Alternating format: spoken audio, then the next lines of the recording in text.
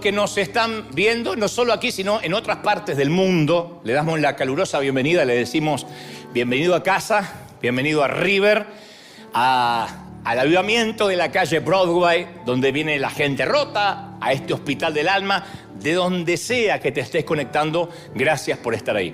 Y yo quiero que me prestes mucha atención hoy, porque hoy es un día para sincerarnos.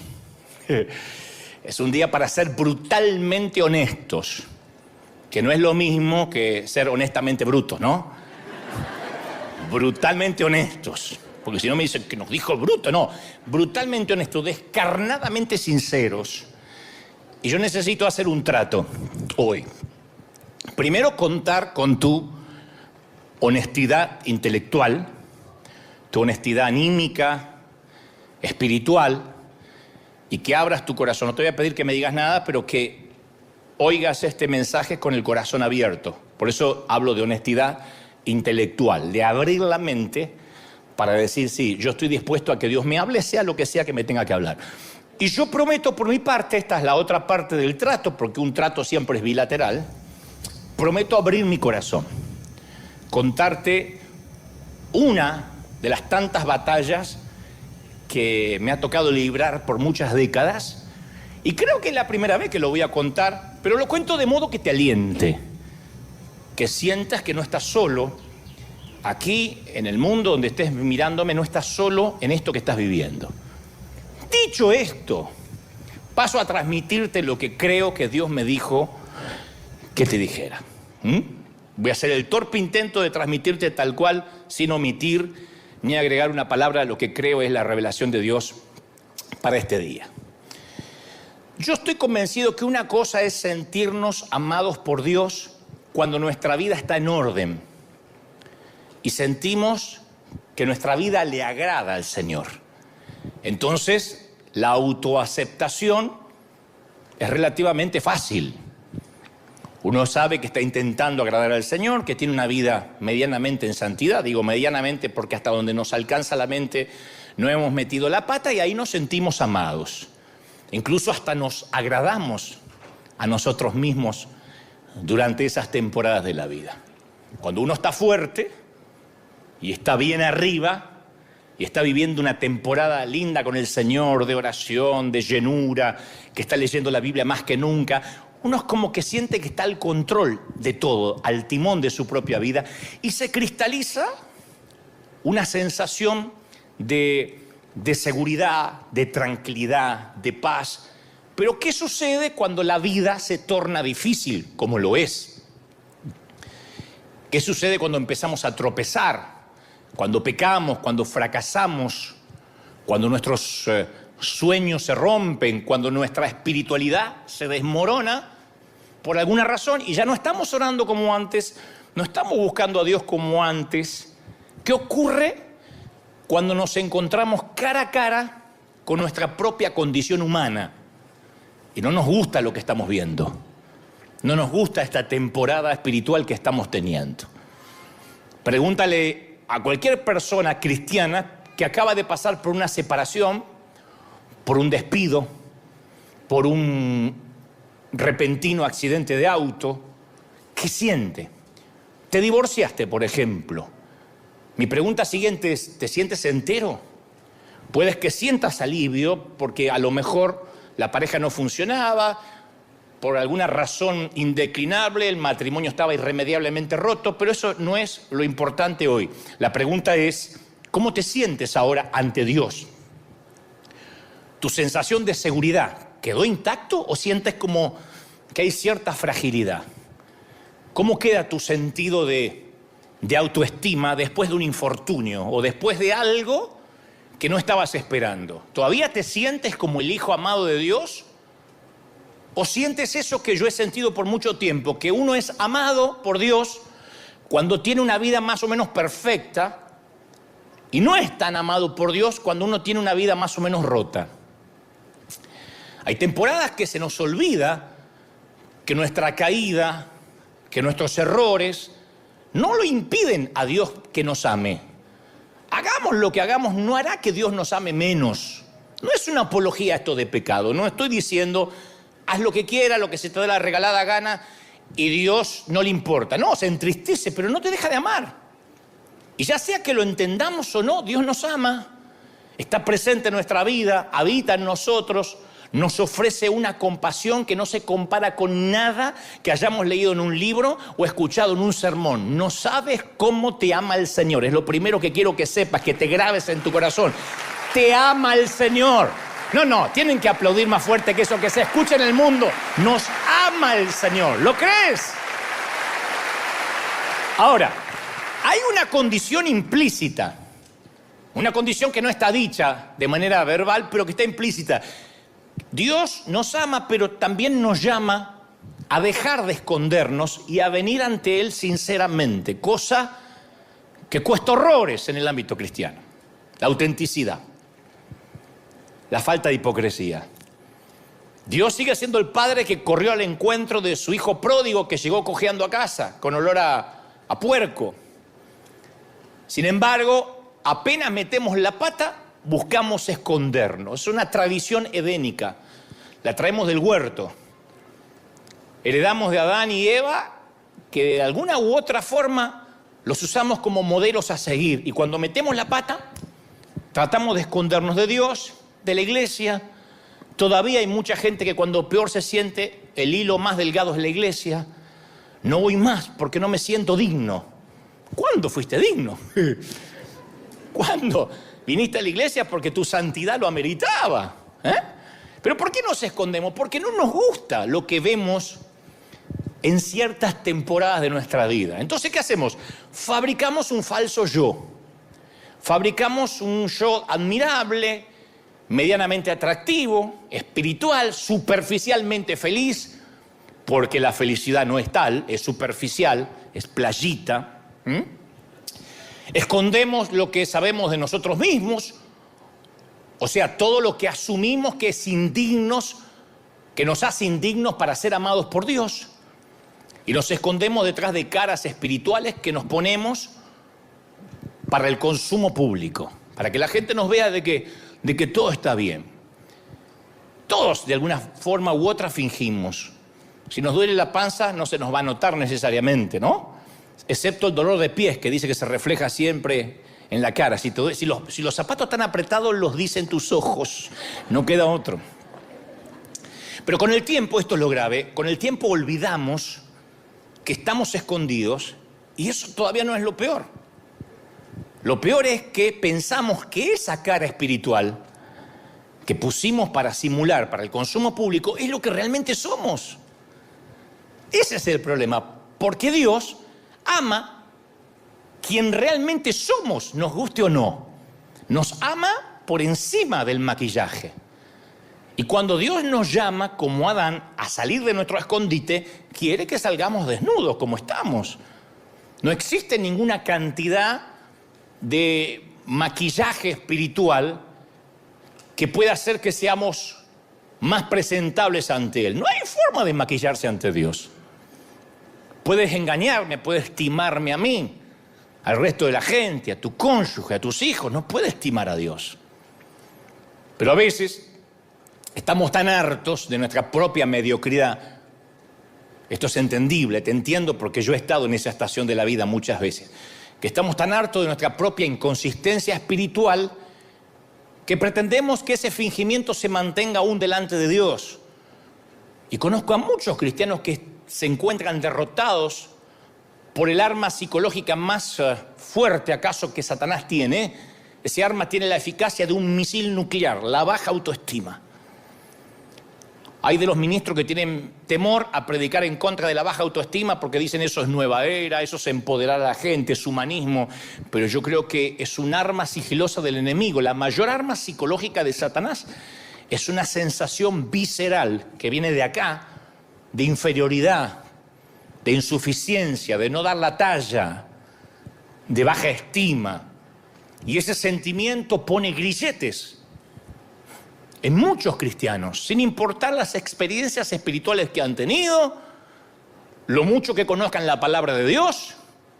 Hay muchos que, a pesar que entienden su posición como hijos de Dios, están atados a un terrible sentimiento de inferioridad, de culpa. Satanás es el gran acusador y te acusa. Te acusa hasta por tu tentación. ¿Cómo podés tener esos pensamientos? Alguien dijo alguna vez que si los pensamientos sexuales que tienen la mayoría serían expuestos en una pantalla, el mundo sería un caos. ¿Cómo puedes tener esa fantasía? ¿Cómo puedes pensar eso de otra persona? Y esas cadenas es el malestar dominante que paraliza a los cristianos y asfixia el crecimiento. No maduramos, porque la culpa no nos deja madurar. Y algunas personas cuando son criticadas o rechazadas piensan, bueno, ahí está, lo dijo. Esto demuestra que soy un fraude. Esto que me dijo demuestra que realmente no sirvo. Y le damos mente a aquellas cosas que nos dicen que tienen que ver a veces con una crítica despiadada, pero que la creemos. Y ahí empieza el autorrechazo, que es el mayor enemigo de la vida espiritual. Porque el autorrechazo contradice la voz sagrada, divina de Dios que nos llama amados. Por eso te empecé diciendo, te ama el Señor. Pero cuando uno está autorrechazado, no puede sentirse amado. Mira, cuando yo tenía 5 años, he contado muchas veces el episodio, el impostor o el falso yo que me armé nació como una defensa contra la tristeza y la soledad. A los 5 años uno no es tan maquiavélico como para decir voy a ser hipócrita, voy a simular en la iglesia. 5 añitos. Pero yo me inventé un falso yo para sobrevivir a la soledad, al no sentirme amado. El impostor dentro mío me susurró, Dante, nunca más seas tú mismo porque a nadie le gusta como eres. A nadie le gusta cómo hablas. A nadie le gusta ni tu físico, ni tu manera de ser, ni nadie está feliz porque naciste. Acuérdense que yo una vez le dije a mi mamá a los 4 años y medio, mami, ustedes me quisieron tener. No, querido, fuiste un susto, después te explico. Cuando te dicen que fuiste un susto, no es que te esperaban con el cuarto pintadito de celeste, no. Naciste por una noche de avivamiento descontrolada del viejo y ahí está. Después me enteraría los intentos de mi madre por abortarme para que el cáncer no terminara de matarla, etc. Entonces todo eso, de una forma u otra, marca tu vida de adulto. Entonces mi impostor, este que vivía dentro mío, o que nació dentro mío, me dijo, invéntate un nuevo ser para que todo el mundo admire y nadie sabrá quién realmente eres. Así que me convertí en un buen chico, cortés, discreto, atento, muy respetuoso, un señorito, un caballerito, cuando era chiquito. Leí mucho, con voracidad, leí aleatoriamente todo lo que pude tener a mi alcance en la biblioteca que mi mamá me había heredado, dibujé mucho, todo tipo de caricaturas, dibujos humorísticos, pero me sentía acosado en cada momento por la sensación de abandono, de rechazo, que no había nadie allí para mí, que no me amaban. Y aprendí que dibujando, siempre que dibujaba, venía una tía, un pariente o en el colegio dibujando, me daba cierto reconocimiento y la aprobación que yo siempre buscaba con desesperación. Entonces me daban un papel y yo empezaba a dibujar en cualquier reunión familiar, en noches de Navidad, de Nochebuena, Navidad, en el colegio. Yo dibujaba para ganarme la aprobación de los profesores y empecé a dibujar relativamente bien. Pero orbitaba en una zona sin ningún sentimiento profundo para mantener la vergüenza y el rechazo a una distancia segura. Y me construí un búnker de acero, un blindaje emocional. Un blindaje que cubrió mis emociones y también me negó el acceso a las emociones. Porque cuando uno se blinda, después de un desengaño amoroso, por ejemplo, después que te rompen el corazón, dice, nunca más confío en nadie. Bueno, te blinda para que no te vuelvan a dañar, pero tampoco puedes volver a amar, no puedes dar. Entonces, cuando me blindé, el impostor que presentaba yo de manera pública era seguro, yo parecía un niño que no necesitaba afecto, que no necesitaba cariño, y ese gran divorcio entre mi cabeza y mi corazón perduró a lo largo de mis primeros años de ministerio, cuando ya me hice un hombre adulto. Ese divorcio permaneció. Separé, hice una dicotomía de la cabeza y el corazón. Mi corazón necesitaba algo, pero mi cabeza se convenció de que no lo necesitaba, que no necesitaba yo el cariño. Sí, lo necesitaba desesperadamente. Y durante 20 años proclamé el amor incondicional de Dios en todos los continentes, porque fui un predicador precoz, joven, pero yo no lo sentía en mi corazón. Durante todos esos años de ministerio, 2 décadas, nunca me sentí amado por Dios. Y yo prediqué el amor de Dios. Le decía a la gente, ¿cómo te ama el Señor? Y veía que la gente se quebraba y yo por dentro decía, mirá si Dios me amara así también. Pero me convencía que si se lo decía a otros, por lo menos algo estaba haciendo. Me las arreglé para ocultar esa falencia, para ocultar esa necesidad. Pero la palabra dice que todo lo que los cristianos mantenemos oculto, seguimos viviendo en una mentira que nos termina dañando. El apóstol Pablo dijo en Efesios capítulo 5, versículo 12, las cosas que se hacen en secreto son aquellas que avergüenzan a las personas aún al mencionarlas. Pero cualquier cosa que es expuesta por la luz es iluminada, y lo que es iluminado se convierte en luz. Lo que mantenemos en la oscuridad, al iluminarlo, se convierte en luz. O sea que Dios no solo perdona nuestros hechos vergonzosos, sino que incluso nos promete que va a convertir lo que a nosotros nos parece oscuro, lo peor de nosotros, en luz. Pero en un vano intento, a veces por borrar nuestro pasado, privamos a los demás del don de sanidad que podemos impartir. Porque este es el tema. Si uno oculta las heridas, si uno se vuelve hipócrita, un cristiano hipócrita, como hay tantos, que ocultamos las heridas por miedo, por vergüenza, por esnobismo, porque se estila, por el status quo, nuestra oscuridad interior no puede ser ni iluminada por el Señor, ni nos convertimos en luz para los demás. No podemos ser de bendición para nadie. ¿Cómo vamos a ayudar a un divorciado si ocultamos el divorcio? ¿Cómo vamos a ayudar a una mamá que abortó si tenemos terror de contar que algún día abortamos? Al ocultar las heridas no podemos iluminar a nadie. Una vez yo te conté de una famosa obra teatral inglesa de un solo acto que se llama El ángel que agitaba las aguas, que está basada en Juan 5:1. Es una obra teatral magnífica que dramatiza el poder del estanque de Betesda para sanar cada vez que el ángel agitaba las aguas. Y en esta historia teatral, una versión libre, una licencia que se da el autor, aparece un médico que siempre se acerca al estanque con la esperanza de ser el primero en arrojarse cuando las aguas se muevan, porque él quiere ser sanado de su melancolía. Es un hombre melancólico, es un hombre abúlico, triste, tiene una tristeza que arrastra, y él dice, yo sé que si me meto en las aguas, esto en la obra teatral, ¿no? En la versión libre del autor, si me meto en las aguas voy a sanar mi melancolía. Y el ángel en la historia finalmente aparece y detiene al médico justo cuando está listo para entrar, porque finalmente él va a ser el primero. Y el ángel dice, retrocede, doc, tú no. Y él dice, ¿por qué si me toca? Retrocede, doctor, tú no. Dialogan un poco y el ángel le termina diciendo, mira, sin tus heridas, doctor, ¿dónde estaría tu poder y tu autoridad para sanar a otros? Es tu tristeza, es tu melancolía lo que te da autoridad, lo que hace que tu voz penetre en lo profundo del corazón de los hombres y las mujeres. Pero si eres sano, eres perfecto, no vas a poder ayudar a nadie. Los mismos ángeles no pueden alegrar a los niños tristes de la tierra, como lo puede hacer un ser humano quebrado por los avatares de la vida como eres tú. Y ahí agrega una frase magnífica y le dice, en el servicio del amor solamente los soldados heridos pueden servir. En el servicio del amor solamente los soldados heridos pueden servir.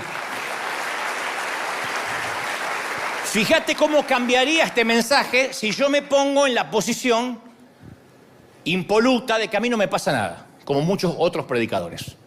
A ti que tienes problemas en la niñez, a ti que tienes un falso yo, a ti que tienes doble vida, yo no la tengo, pero tú la tienes.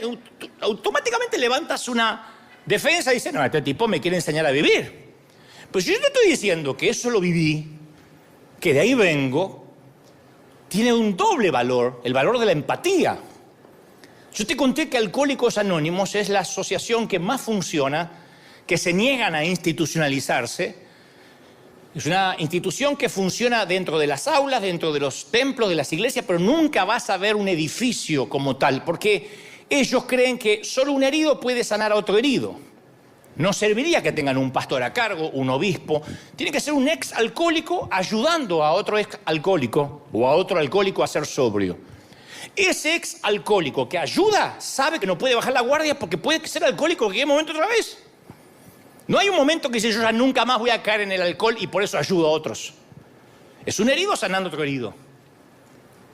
El que estuvo en el alcohol y tiene un problema con esa adicción, tuvo su vida al descubierto, de modo que llevó su vida al borde de la destrucción por el alcoholismo.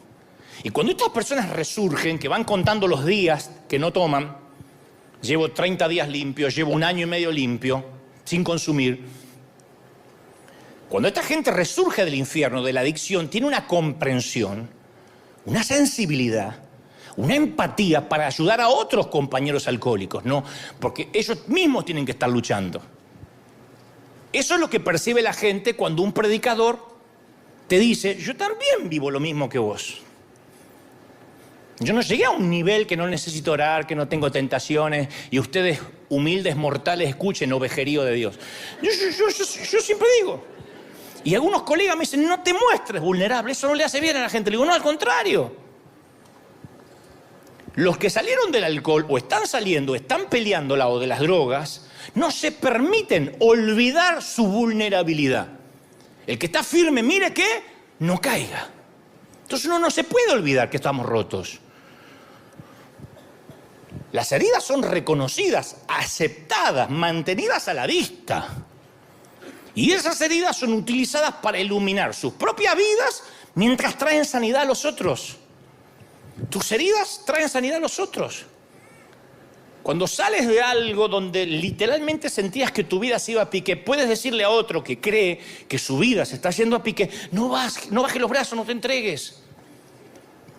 Yo pasé lo mismo y salí. ¿Cómo saliste? Te voy a contar. ¿Y ya saliste para siempre? No.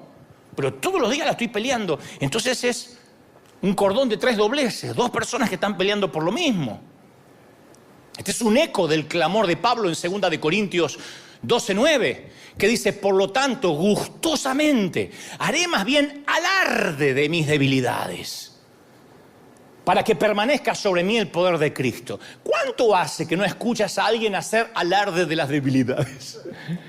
Pablo dice, yo hago alarde de mis debilidades. ¿Quién hace alarde de las debilidades?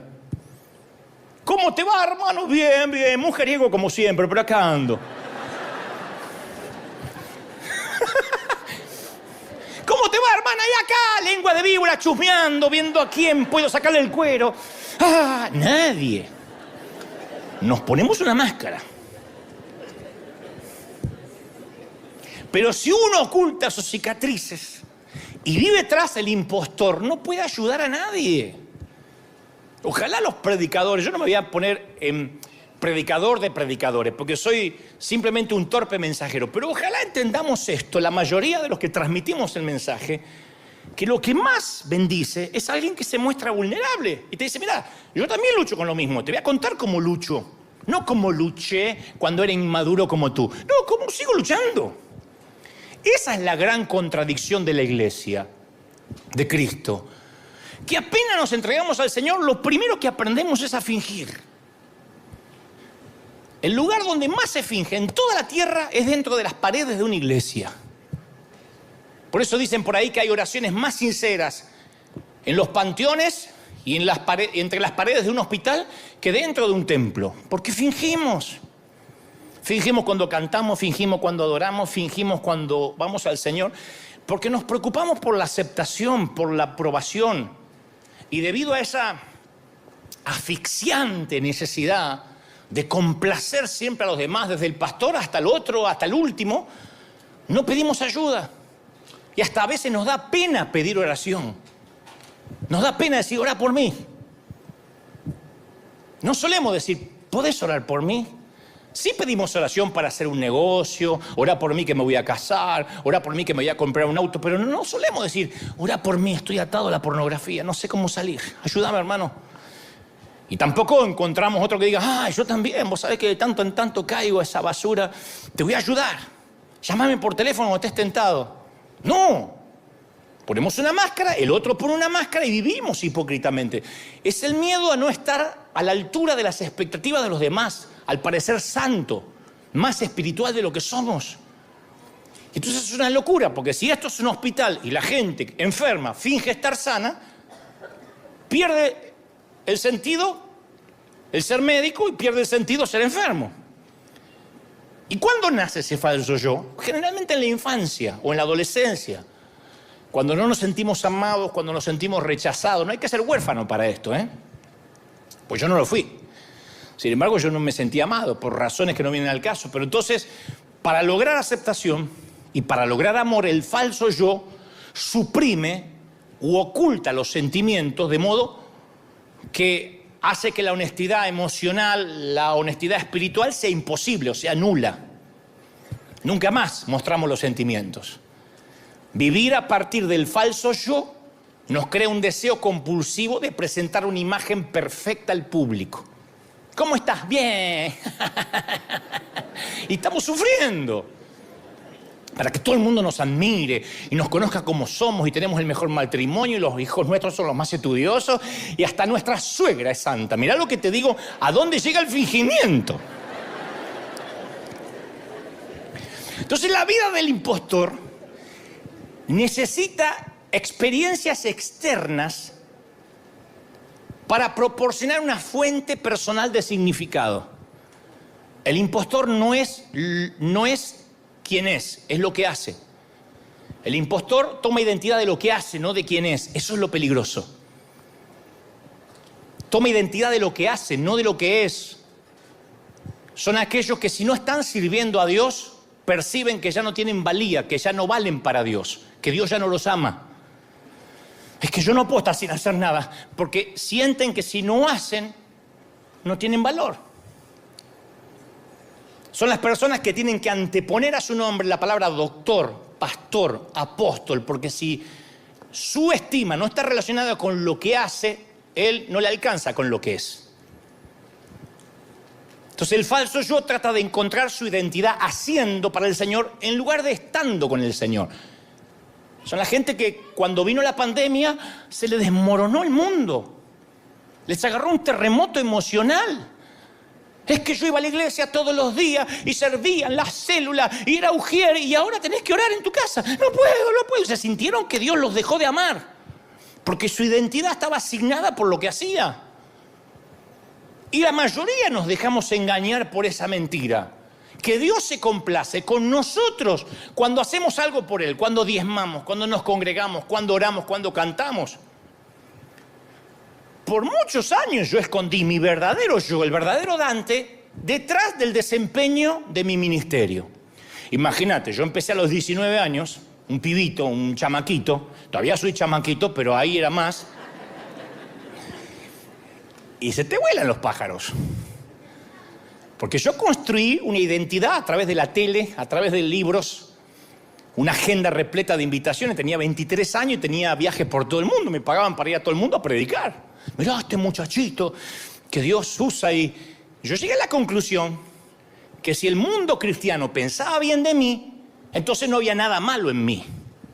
Como que de alguna forma le cerraba la jeta a mis viejos, diciendo, mirá el hijo que tuvieron, no me valoraron, no me amaron, y mirá cómo ahora el mundo me está invitando. Mirá cómo gente me escucha hablar. Tengo 23 años y estoy predicando en un estadio. Entonces, cuanto más invertía mi tanque emocional en mi éxito ministerial, más real se volvía el impostor.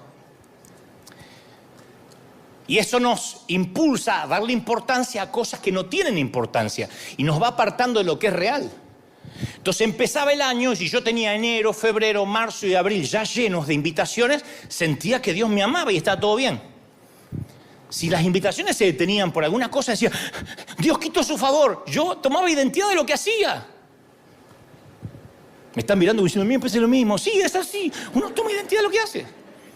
Porque el falso yo nos hace vivir en un mundo de engaño. No está mal servir a Dios, está mal asignarse identidad con eso. Porque cuando uno se asigna identidad de lo que hace, no pasa a nivel ministerial, pasa a nivel familia. Hay mamás que en lugar de disfrutar ser mamá, toman identidad de los hijos. Su vida es, yo nací para tener hijos, para criarlos, para estar pendiente. Eso es lo único. Después me quiero morir. Cuando críe el último me quiero morir. No, ¿por qué te quieres morir? Pero hay gente, hay damas que toman identidad de ser mamá. Y cuando el último hijo emigra y vuela a su propio vuelo, son esas abuelas insoportables que te mandan 72 mensajitos al día. Acuérdense de mamá, acuérdense, estoy sola, me estoy muriendo, papá no me habla. Porque tomaron identidad de los hijos. Que acá no pasa, pero yo sé que en otras partes del mundo sí. O tomar identidad de tu cónyuge. Es espantoso. Porque ya tu cónyuge parte, o el matrimonio se disuelve y tomabas identidad prestada, eras una luna, brillabas con una luz que no era tuya. Entonces no podemos reconocer, cuando uno vive de una luz prestada, no podemos reconocer el vacío que hay en nosotros. Por el contrario, como servimos a Dios y estamos metidos en un montón de cosas, ignoramos ese vacío, barnizamos la verdad y distorsionamos la realidad. Y esto me trae a la mente las palabras del apóstol Juan, que dijo, si afirmamos que no tenemos pecado, en 1 de Juan 1:8, si afirmamos, no, yo no tengo pecado, nos engañamos a nosotros mismos y no tenemos la verdad. ¿Y qué es lo que te va a hacer libre? La verdad. Pero si uno dice, no, yo no soy así. Si uno afirma que no tiene pecado, seguimos en oscuridad. Entonces yo me acuerdo que mi deseo, mi anhelo de aprobación, ese que no tuve en la infancia, luego, de adulto, me hacía tambalear por un deseo a que me acepten, a que me amen. Yo quería que otros pastores me amaran. Hoy me río de eso, hoy no me quiere casi ninguno. En ese entonces, yo deseaba que me aceptaran. Yo conté que yo he estado en congreso con un mensaje listo para miles de jóvenes, en una plaza de toros, en un lugar repleto, y se sentaba allí 2, 3 pastores y yo cambiaba el mensaje por uno más sofisticado, uno más bíblico, para ganarme la aprobación de esos 3, olvidándome de todos. Pedí perdón ya, por eso creo que el Señor me perdonó. Hoy en día no me importa. Me interesa cumplir lo que Dios me manda a decir. Pero este es el tema más importante aquí. Dios no puede amar al falso yo. No podemos armarnos, sí podemos, pero, a ver, no vamos a lograr que Dios nos ame, porque Dios no puede amar a un hipócrita. Dios no reconoce a ese que inventamos para el consumo público. Dios no puede amarlo. Es como una dama que se faja toda y se mete un montón de corsetas y anda así por la vida. Señor, bendíceme. Dios dice, no te reconozco, mija.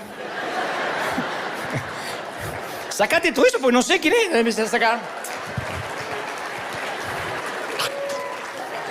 Ahora sí.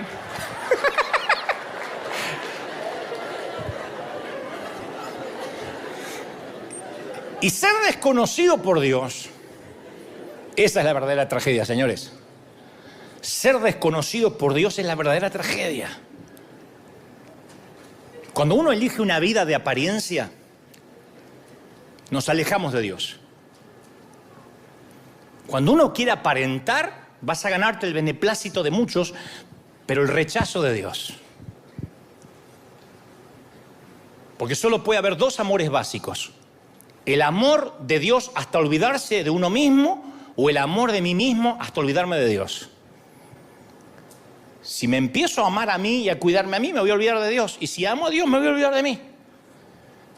Y la triste ironía es que el impostor no puede experimentar intimidad en ninguna relación. No hay peor cosa que estar casado o casada con un impostor, con una persona falsa, que nunca lo terminas de conocer. Ahora, si eso es trágico para una pareja, imagínate lo que es para Dios. Cuando somos incapaces de tener intimidad con nosotros mismos, también somos insensibles a las necesidades de los demás. Por eso tantos en las iglesias no pueden amar a nadie. Publicamos la foto de lo que hacemos en el mundo y hay un montón de gente que no sepa tomar la izquierda lo que sepa la derecha. ¿Por qué está mostrando? No es que él está haciendo y no lo está mostrando y quiere que hagas lo mismo. No, no quieres que muestre porque él no hace y porque él no siente compasión. ¿Por qué no siente compasión? Porque vive en hipocresía. El que vive en hipocresía no siente empatía por nadie. Ahora, ¿por qué nos conformamos a veces con vivir una vida tan limitada? Bueno, en primer lugar, yo tengo mi teoría. En primer lugar, porque los recuerdos reprimidos de la infancia sentaron un patrón que siguen estando ocultos ahí, cuidadosamente ocultos. Son patrones de la infancia. Es un radar de defensa muy eficaz que evita los sentimientos de rechazo, como me pasó a mí, pero que sacrifica la necesidad de intimidad. Uno no tiene intimidad cuando es un falso. No se puede estar con alguien que es falso. Yo tengo amigos así, no voy a decir quién, porque estamos saliendo al mundo, por ahí en otro momento lo contaría, pero tengo amigos así que fueron actores o cantantes y que se comieron al personaje. Entonces, estamos en un restaurante, viene la gente, se acerca y él dice: hola, ¿cómo te ves? Te firmo el autógrafo, ¿qué tal? ¿Cómo te ves? Querida, ¿qué tal? ¿Me conoces? ¿Me conoces? Pero qué raro, ¿de qué generación sos? Yo tengo 23, qué raro, tu mamá me debe conocer, ¿eh? Tu mamá me debe conocer, mis éxitos. ¿No conoces mis éxitos? Te firmo. La chica no quiere que le firme nada. Se va, quedamos solos y dice: vos sí te acordás de mis éxitos, ¿no? ¿Te acordás del hit que dice? Yo digo: no puede ser. Está enfermo. Se cree un famoso. Yo digo que hasta Messi en su momento tiene que dejar de ser Messi. Cuando está con su mujer, cuando está con los hijos. No, hay gente que vive en un personaje, vive en una cápsula de hipocresía. Esto con los cristianos evangélicos es un modus operandi. ¿Qué tal? Dios te bendiga, la paz del Cordero Inmaculado, lo redima de la concupiscencia de la carne. Ahí conmigo me estoy empoderando en el nombre del Señor. ¿De verdad? Van así en la carnicería, carnicero, en el nombre del Señor, denme un poco de nalga. ¿Es así? No. Entonces, ese sistema de fingimiento, de apariencia, se construye desde los primeros años de vida. ¿Cuándo? Cuando detectamos que no somos amados. Y en segundo lugar, vivimos limitados. ¿Saben por qué? ¿Por qué vivimos así? Por cobardes. Porque una vida dedicada al qué dirán es una vida de pecado. Estás en pecado. Si estás viviendo por el qué dirán, y te lo digo porque he estado en pecado mucho tiempo, estás en pecado. Aunque algunos lo disfrazan de: no, estoy cuidando el testimonio. El testimonio se cuida solo.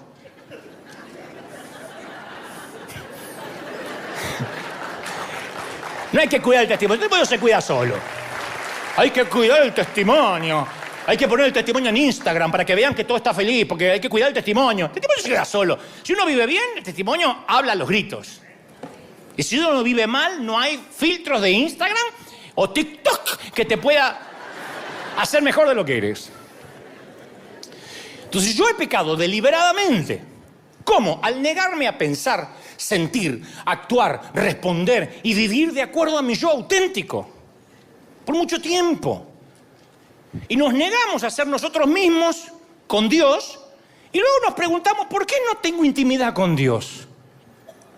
Siempre que oramos, siempre que vamos a orar, ¿saben lo que debería ser la oración? Una necesidad de satisfacer nuestro corazón, de estar con Él. No es meramente ir a pedir cosas. No es ni Santa Claus, ni es el genio de Aladdin.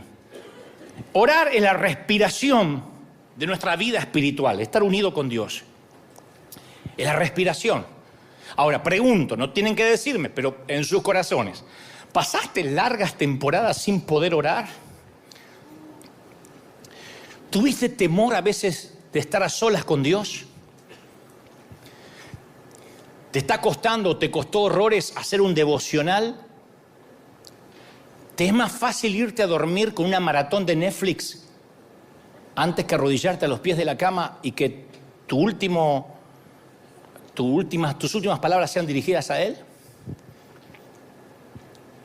Porque cuando uno lo calma más, el juego del calamar,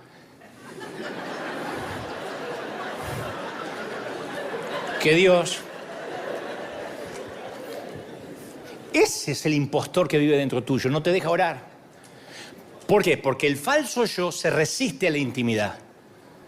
El falso yo, el impostor que vive en ti, razona: bueno, yo no oro mucho, pero sirvo un montón. Mira cómo tengo los pies de estar parado en la iglesia. Aparte, a mí me gusta tener comunión continua, espontánea, en el auto, en el inodoro. Yo no soy de ay, me voy a poner a orar, así como las religiosas. A mí me gusta cantar corito. No, tu falso yo tiene terror a estar solo con Dios.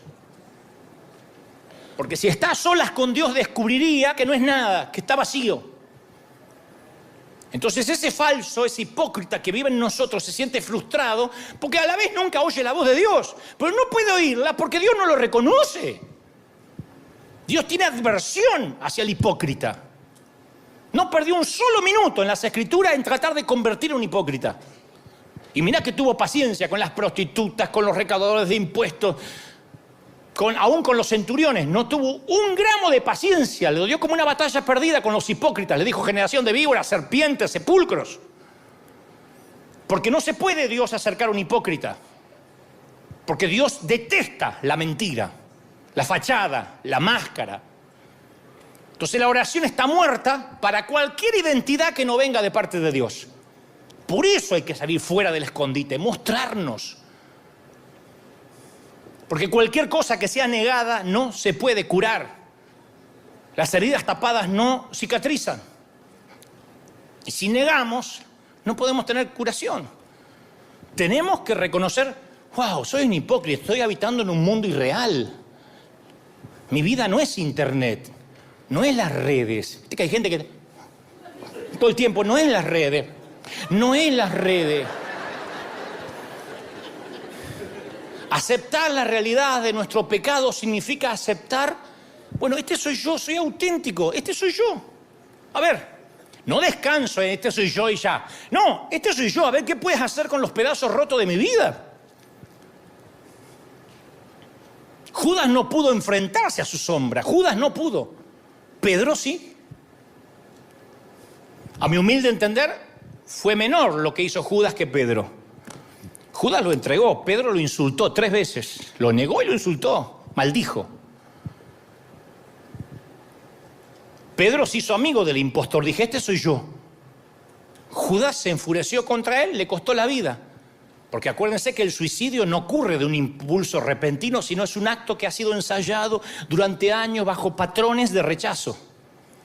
Son años y años de mentiras del enemigo y un día la cabeza explota y se quita la vida. ¿Ustedes recuerdan a Don Quijote, la obra de Cervantes? Cuando el caballero de los espejos le miente y le dice al Quijote, vea usted mismo cómo es en realidad. Descubra que usted no es un noble caballero, sino un idiota espantapájaros de hombre. Y el encantador le miente cuando dice, tú no eres ningún caballero, sino un tonto simulador. Mira las cosas como realmente son. ¿Qué ves, Quijote?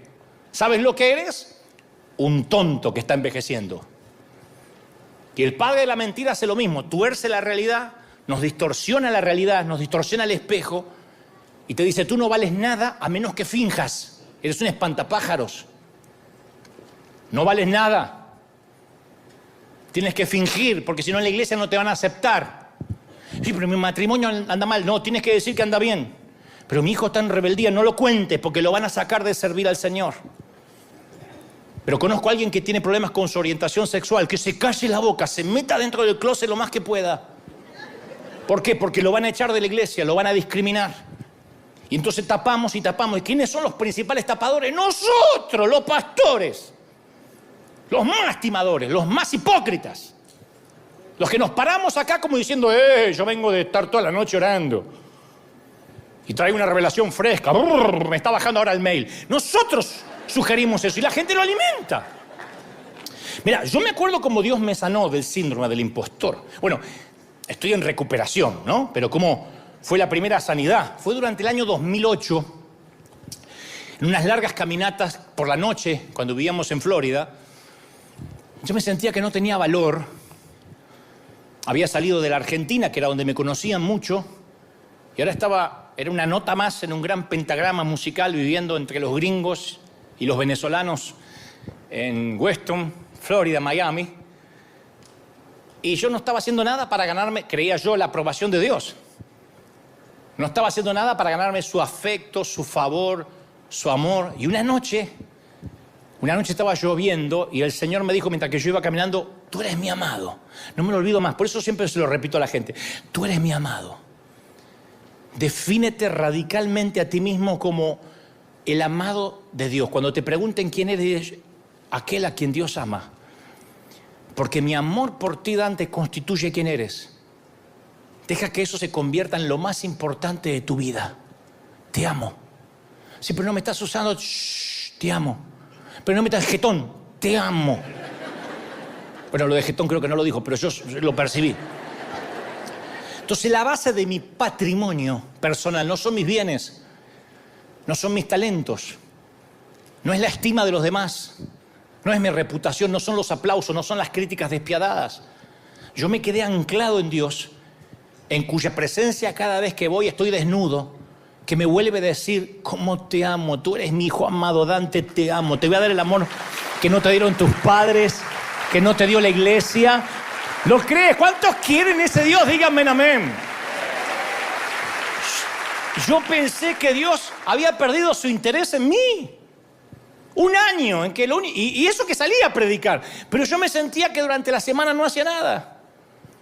Y Él me habló a través de Isaías 49:15. Me dijo, ¿puede una madre olvidar a su niño de pecho y dejar de amar al hijo que dio a luz?